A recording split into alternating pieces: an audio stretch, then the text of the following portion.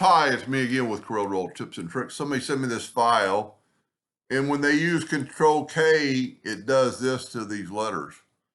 I don't know what language this is, but it says it's Times New Roman, which I guess it's symbols underneath Times New Roman.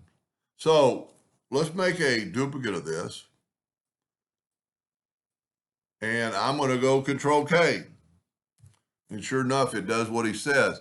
Now, I don't really know why, well, maybe you just want that one symbol.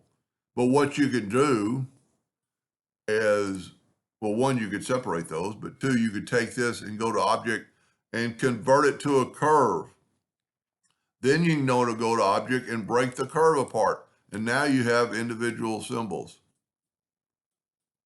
And some of these symbols would be pretty cool to play around with. I mean, if you left click, right click, it's pretty good drawing, and Control D and make a duplicate and double click on the rotation. I'm always looking for things like this and making a flower out of that symbol, and then go to weld and you've got a flower.